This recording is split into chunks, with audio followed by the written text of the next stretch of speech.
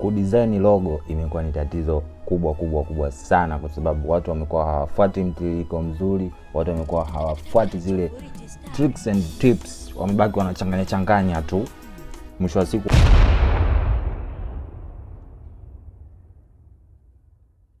so kutokana na tatizo hilo na kuja na mtiririko au mwongozo wa video tofauti ambazo zenyewe zitakuwa zina cover au zinaelezea ni jinsi gani unaweza kutumia Adobe Illustrator katika kudesign professional logo kwa ajili ya project yako, kwa ajili ya kampuni yako, kwa ajili ya kampeni yako ya social media yoyote ile, ili mradi tu iwe logo. Kwa hiyo nadhani zitakuwa ni video ambazo zina mtiririko kama nilivyosema kwamba nitatengeneza kuanzia kwenye simple techniques, na maanisha njia rahisi zile ambazo wale mabigina kabisa wa Adobe Illustrator wanaweza wakazitumia, na tutaendelea mpaka kwenye advance, kwa maana wale ambao wamekubuhu wameitumia Adobe Illustrator kwa muda mrefu. Kwa hiyo kama kawaida Richstar hapa naongea. Naomba mwisho wa video hii kama utakuwa umefurahishwa au umeridhika, basi utasubscribe. Kwa hiyo mimi nimekuwa nikitumia Adobe Illustrator katika kudesign logo. Nimedesign logo nyingi sana kama hivyo hapo unavyoziona, na zamani nilikuwa sijui kwamba ni techniques gani au ni mbinu gani ambazo unaweza ukazitumia ambazo zipo ndani ya Adobe Illustrator katika kudesign logo, umeona. Kwa hiyo baada ya kujua nikaanza kutengeneza very professional logo ambazo za makampuni makubwa tofauti nimedesign, na sasa hivi nazitumia. Nimedesign logo kwa kampeni tofauti na nikalipwa vizuri. Kwa hiyo ni jambo ambalo nashukuru Mungu, lakini zamani nilikuwa napoteza muda spending karibia siku nzima na kaa tu kwenye kompyuta na jaribu kusketch logo, lakini mwisho wa siku chenga. Kwa hiyo ngoja tuanze tu kwa simple, na maanisha nani ya kawaida sana. Kwa hiyo kitu cha kwanza kabisa kama ninavyosemaga awali, sketch mchoro wako. Umeona, ukisha sketch mchoro wako, jaribu kuangalia mchoro wako, uweke kwenye Adobe Illustrator, uanze kuchora. Lakini kama ni wale wenzangu na mimi ambao kuchora maybe wanaona ni uvivu, hawajui kuchora, jaribu kufanya research mtandaoni. Fanya research, lakini usikopi. Unafanya research kivipi? Unajaribu kufikiria kwamba je, ni logo huyu mteja anataka logo yake na dili na nini, au anataka logo ambayo inahusiana na kampeni gani. So kwa kufanya research utapata idea kwamba okay, kumbe kwa mfano mtu anavyotengeneza logo ya vyakula, umeona, anaweza akaweka labda nyama, anaweza akaweka labda mshikaki, anaweza akaweka let's say wali, tambi, vyovyote vile ambavyo anavyotaka yeye iwe, ili mradi mtu akiona katika kichwa chake kuna kitu kina click, kinamwambia kwamba hii ni kampuni au ni kampeni ya masuala mzima ya kula. Na mfano watu wanaotengeneza logo labda za hospitalini, wanaotengeneza logo za huduma za kiafya, mara nyingi sana wanatumia nembo kama msalaba, tumia nembo ya nyoka, wanatumia nembo ya kama tone la damu, vitu kama hivyo, umeona. Na wale wanaotengeneza logo za kujitolea, na maanisha charity au foundation, wamekuwa wakitumia logo kama mikono ikiwakilisha support, wamekuwa wakitumia logo za watu kama mtoto amebebwa na kwa unajaribu kutafuta idea kwamba tunafanyaje, unaona, kutengeneza kitu ambacho kitakuwa kina match. Kwa hiyo simple. Na nitakuonyesha hapa logo ambayo sketch to roughly.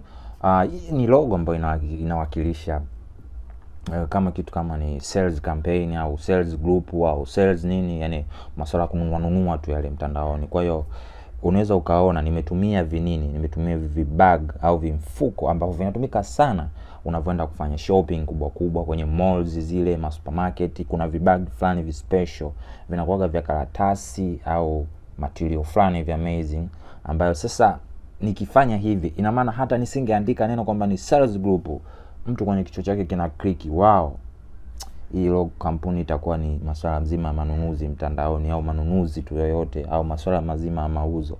Kwa hiyo kitu cha kwanza lazima uhakikishe unachora kitu ambacho hata mtu ambaye hajui kusoma anapata tafsiri kwamba yes, this is selling, au hii kwamba ni nini, ni biashara au ni masuala zima ya ununuzi. Kwa hiyo kwa kukupa utangulizi kama huo, kwa hiyo kuonyeshe tu ni wapi mpaka wapi nilipitia katika kudesign logo. Kwa hiyo nitatengeneza new project, na siku zote nataka nikushauri unavyotengeneza logo kwa kutumia Adobe Illustrator, naenda kwenye object afu nenda path. Path ndo kila kitu katika kudesign logo. Yani usiende wapi, cheza na path. Umeona? Yani huku ndo tunafanya manipulation ya shape zote. Umeona? Ukijua kuimaster what is path, path ni nini, basi tutatengeneza logo moja amazing. Umeona? Hiyo ni sehemu ya kwanza katika kudesign logo ambayo lazima uimaster. Na kitu kingine ambacho ni muhimu sana katika kudesign logo, ambacho lazima designer katika Adobe Illustrator ukishike kichwani mwako, kuna kitu kinaitwa ngoja niende window, kuna kitu kinaitwa Pathfinder. Pathfinder hii ni amazing, yani ni kitu amazing sana. Umeona? Nitakielezea huko mbeleni. Kwa hiyo kuna path, kuna Pathfinder. Ni vitu ambavyo ni muhimu sana uvielewe.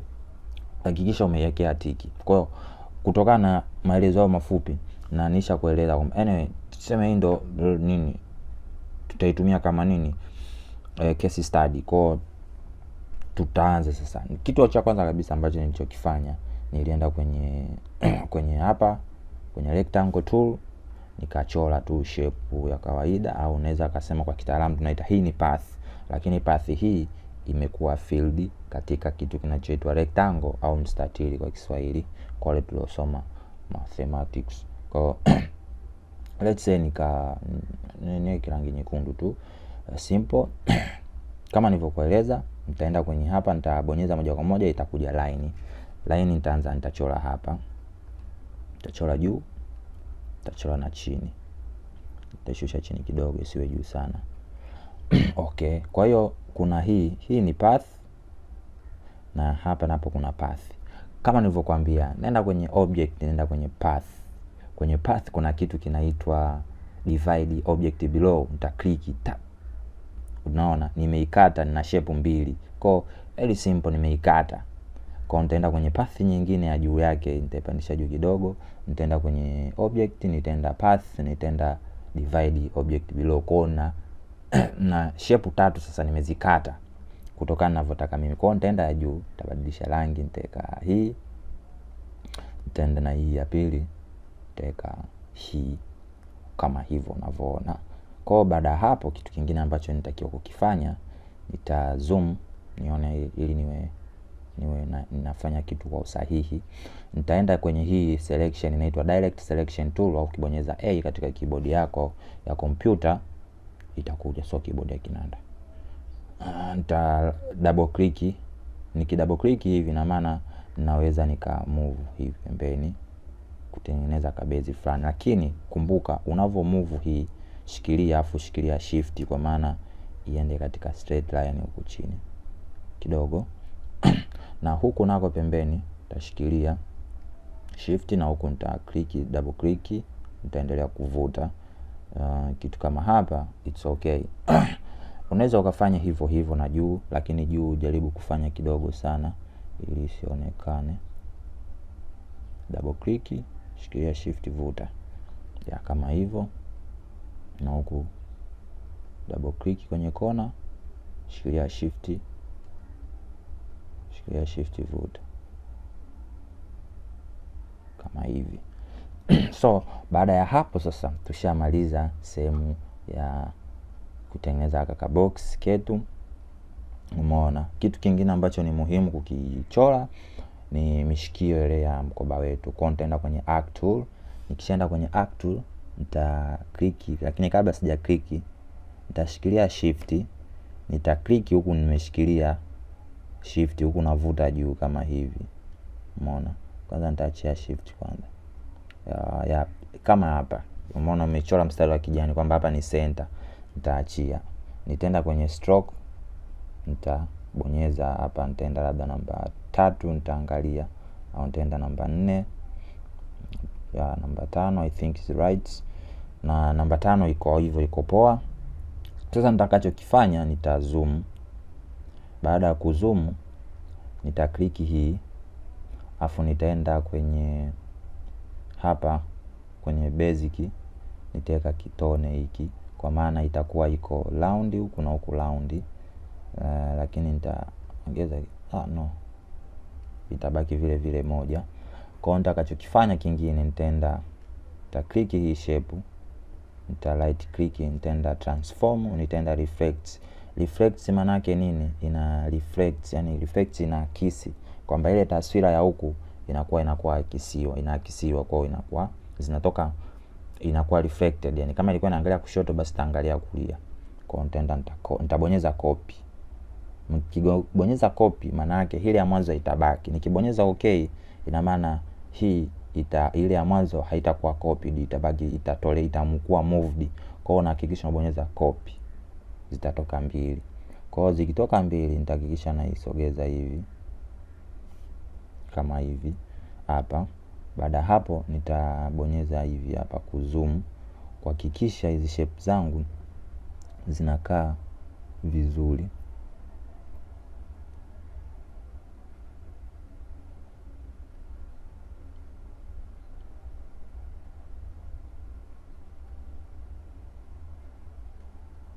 Okay, hapa iko sawa. Kwa hiyo nitazichagua zote, nitabonyeza Control G katika kompyuta yangu. Kama unatumia laptop ya Mac nadhani ni Command G.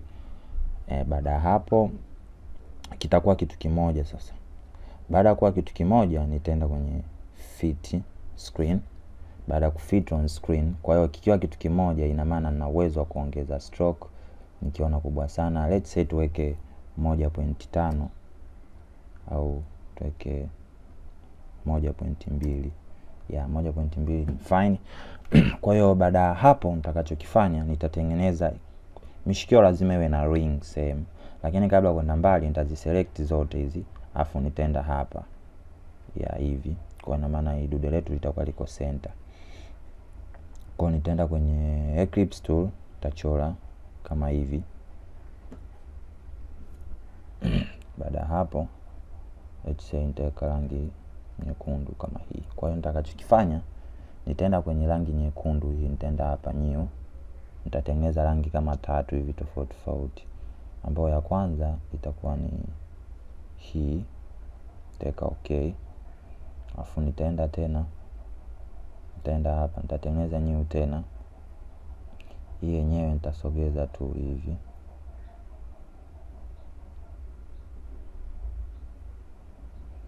Nitaweka okay. Baada ya hapo sasa, huyo nitaweka hivi, alafu kwenye fill nitaweka huyu, alafu hii mshikio nitakachokifanya, nitaweka rangi hii nyekundu hivi, alafu nitachukua huyo nitamweka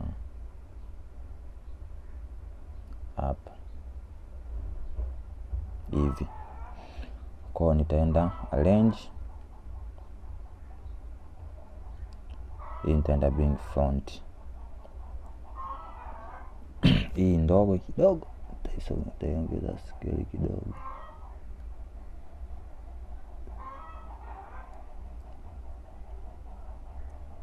Kwa itakuwa hivi, ongeza na stroke, weka 2, itakuwa hivi.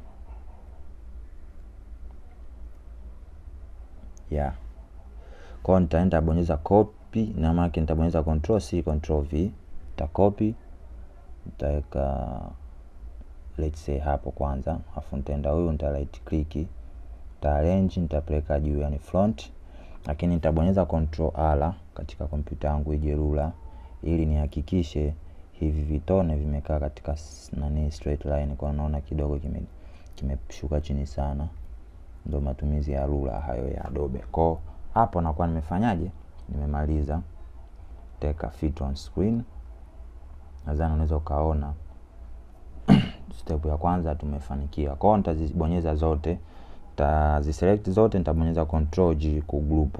Baada ya ku group nitakachokifanya, nitabonyeza Control copy, Control paste, manake CV, manake control C control V, manake una copy na kupaste. Sasa nitakachokifanya huyu, kabla sijaenda mbali, nitajaribu kubadilisha rangi. Kwa cha kwanza nitaweka rangi hii, inayofuata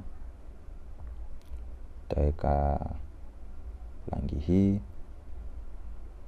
Sasa uzuri wa kucheza na path, unaweza ukaona ni jinsi gani ni rahisi kubadilisha rangi, na ndio maana mimi huwa nawashauri watu watumie Adobe Illustrator katika kudesign logo, kwa sababu kufanya changes ni rahisi. Mfano hata mteja akawa amekubadilikia na kwambia, "Oh bwana, sije nini, logo rangi sijazipenda." Unamuuliza tu unataka rangi gani. Kwa akikutajia rangi, ni rahisi sana kubadilisha rangi kuliko ukitumia Adobe Photoshop, kwamba kufanya changes katika rangi inakuwa ni changamoto. Kwa hiyo nitaundo kwanza, nita double click hiyo, nitaweka hivi,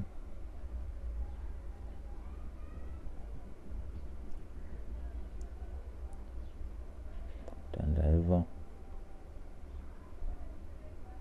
Nitaenda kwenye fill, nitaweka rangi hii. Kwa hiyo nitaweka fit screen, tunaweza tukaona. Nitaisogeza hivi kidogo, nitaiarrange kama yule nilivyomuarrange. Nia yangu sio kwamba kufanya kama nilichokifanya mwanzo sana kwa 90%, no, lakini tu nataka nikuonyeshe ni njia gani zilizopita. Unaona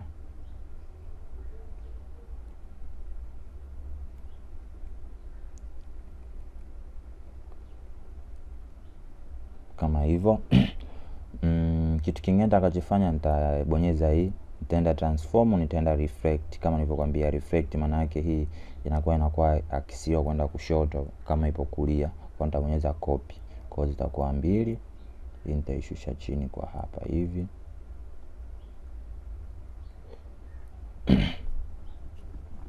Lakini sasa hii yenyewe nitakachofanya nayo, nitaibadilishia rangi. Kwa let's say tuweke rangi gani? Anyway, tufanye hii, afu hii nitaweka huyu.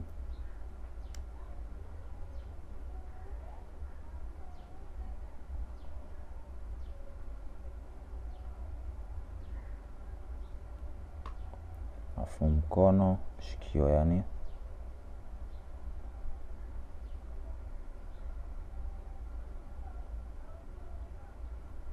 shikio, teka rangi hii. Afu nitaenda kwenye vitone, vitundu hivi, nitaweka rangi hii na hii. Kwa hiyo baada ya hapo nitabonyeza control.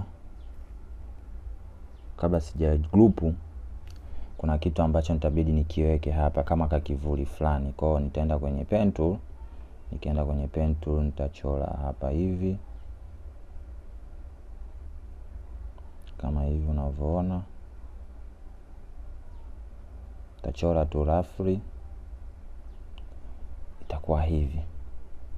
Nitaenda kwenye stroke hapa, nitatoa, nitaenda kwenye path, nitaweka black. Lakini hii black nitaenda kwenye opacity, nita click, nitaenda multiply, afu kwenye opacity hapa juu nitaweka let's say kitu kama 15, kitu kama hii. Nadhani 15 ndogo sana, tufanye 25 ya kitu kama hicho. Kwa nita double click huyu, afu nitaenda bring front. Kwa haka katakuwa kama kakivuli fulani hivi, unaona hivyo kama kakivuli fulani kametokea hapo. Kwa hiyo baada ya hapo nitaweka tu yale maneno. Sasa maneno inategemea unataka wekeje. Kwa bila kupoteza muda, nita double click tu haya maneno, nita copy, tenda hapa, nita paste sales group, au umeona, au kunaweza kuandika hata buy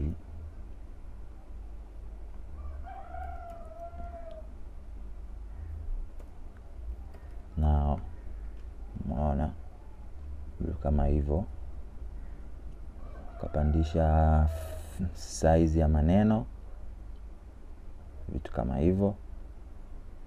Tabonyeza Control G, tascale kidogo, takuwa kitu kama hiki. Kwa baada ya hapo unaweza ukaenda kwenye export. Ukishaenda kwenye export, utaenda kwenye PNG. Ukienda kwenye PNG sasa, hapo utaandika labda bags shopping, bonyeza enter na export, itatoka kuja hapo, utaweka okay. Kwa hiyo hiyo ndo tutorial ya leo guys. Kumbuka kusubscribe, share video, comment chini hapo ushauri, maoni, mapendekezo, na tukutane tena wakati mwingine. Bye.